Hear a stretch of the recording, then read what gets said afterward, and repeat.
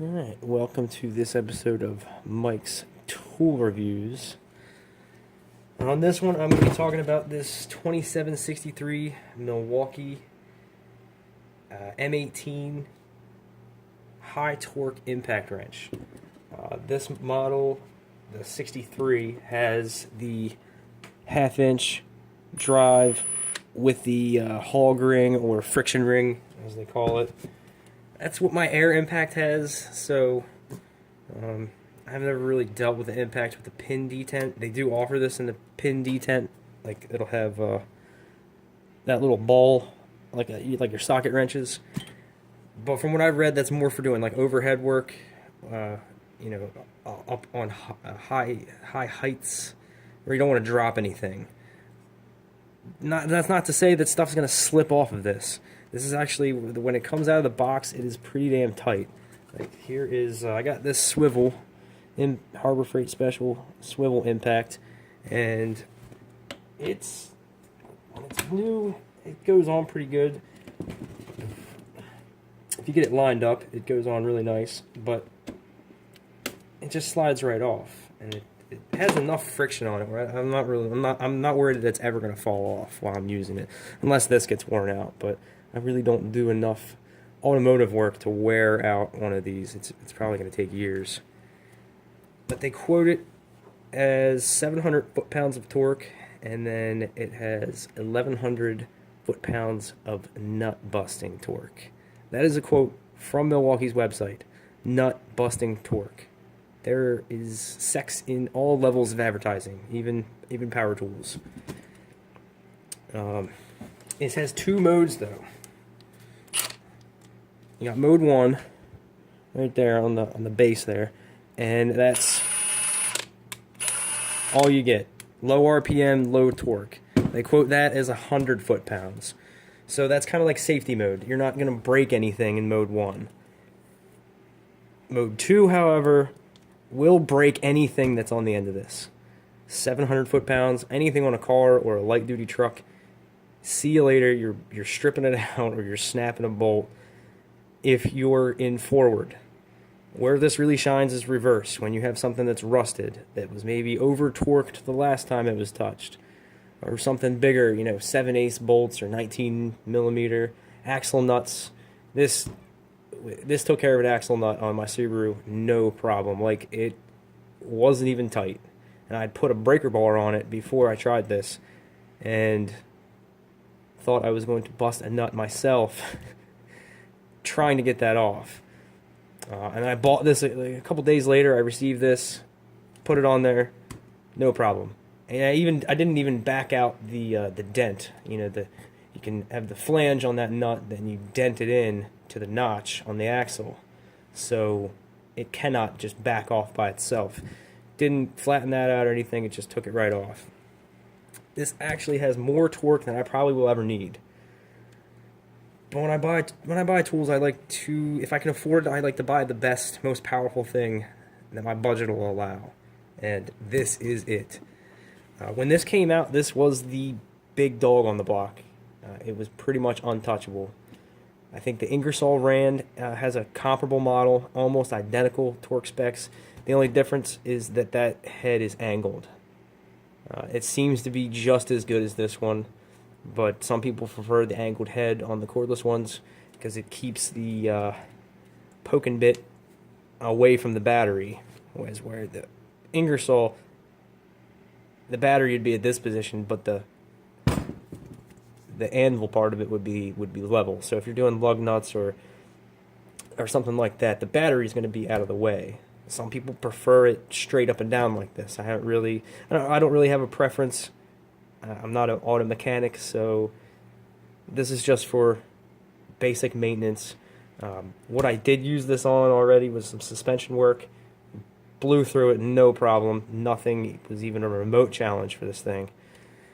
It's like I said, it's probably too powerful for my needs, and I wasn't aware they have a mid torque impact, which I believe they quote that as like 450 foot-pounds.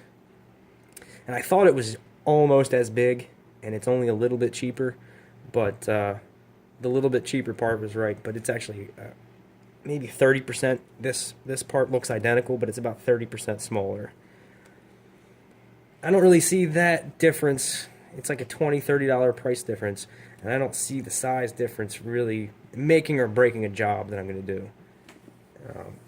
Plus, if I bought that one and I ever ran into a nut that one couldn't break loose, I'd be kicking myself because I didn't get the most powerful one for a couple bucks more. I bought this in the kit, which comes with 2 of the XC 5.0 batteries and the 12 18-volt charger, the combo charger that they give away with everything now. It's because I didn't own any Milwaukee 18-volt. This is my first 18-volt tool.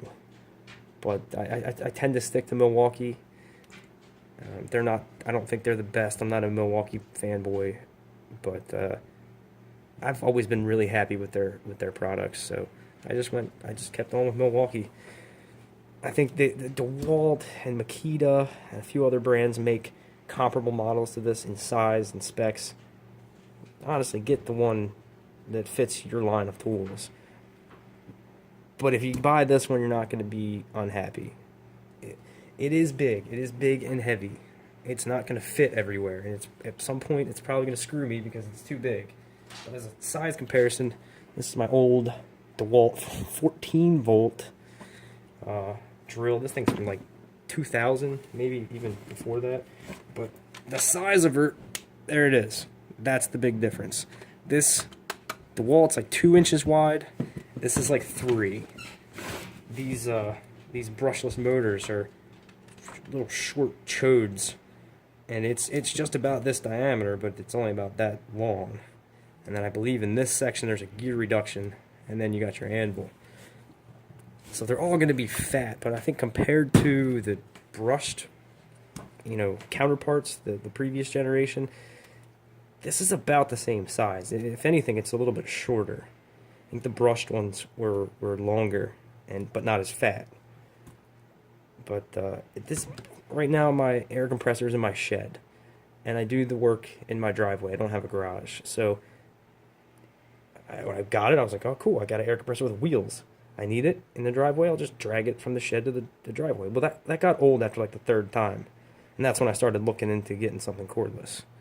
And this thing has kicked ass. Everything that I've only really done one project with it, but it is kicked ass. Like I said, I bought this as the kit. I think it was like $425 for this and the 2 of the 5 amp hour batteries. You can buy it as just a tool. Right before I filmed this, I looked. It's about $220 tool only. No charger, no batteries, no case. I believe that just comes in a cardboard box. But if you already have 18-volt, just, it's up to you, but you can just get the tool for $220, and that's not really that bad. Look at what $220 gets you with the air impact. Not a whole lot. Nothing that's going to be this powerful. I think you got to spend about the same amount on air impact to get this much power, and it is going to be more compact. There's pros and cons to cordless and air, but I do see a lot of mechanics using cordless impacts, cordless die grinders, cordless ratchets. So I think the air tools are not as popular. These are never gonna replace air tools, but the lithium ion and brushless technology is really caught up to where it's a really good alternative. So I have my air impact, and that has its place, but I'm probably gonna grab this 90% of the time instead of the air impact. Let's get this out of here. They do sell a boot for it. I'm not real happy with the price on the boot. From what I've seen, it's like $38-$40, and it is just a single piece of rubber that, like any impact boot, covers the whole top part of the frame. I'm not going to spend $40 on a single molded piece of rubber. It's probably $3 worth of rubber tops. Where's the other $37 in cost? Like, how do they justify that? Ingersoll Rand air impact boots are like 15, maybe 20. I have one of those, and I wasn't even really that excited about spending $20 on it because it's just a single molded. That doesn't have parts to it. It doesn't come with anything else. Like, how do they justify that shit? It's always bugged me when something just plastic is X amount of dollars, and I know damn well they pumped $2 worth of plastic into a mold, popped it out. Maybe there's a little finishing work, but I don't know. I'm not spending $40. I'm not a professional mechanic, so I'm not going to be using this every day. But that's from one job, just laying it on the ground. I didn't abuse it. I was pretty nice to it. I don't care. It's going to get scratches on it. I'm not going to sell it. I'm not like, oh, look at this. I really kept the resale value on this fucking tool I've had for 5 years. I'm going to sell for $100 instead of 80 because I bought a $40 boot back in the day. You know, that part never really, the boot doesn't really interest me, especially the price. So that's about it. This is more power than you're ever going to need working on a car. I'm pretty confident you could rotate the tires on a dump truck with this thing, and it's not gonna bat an eye. It's got a lot of power. Like I said, it is a lot bigger than an air impact, but it's the convenience of a cordless electric tool. I think that about covers it. Yep. So that's my review, my first cordless tool review on my 2763 impact wrench. Hope you liked it. Comment, subscribe. If you kind of like this video, subscribe, because they're going to get better. This is only my third YouTube video ever, so they're only going to get better. I mean, this that's my intro graphic right there. I made that in like 15 minutes. So, comment, subscribe, like it, dislike it, I don't care. But that's it.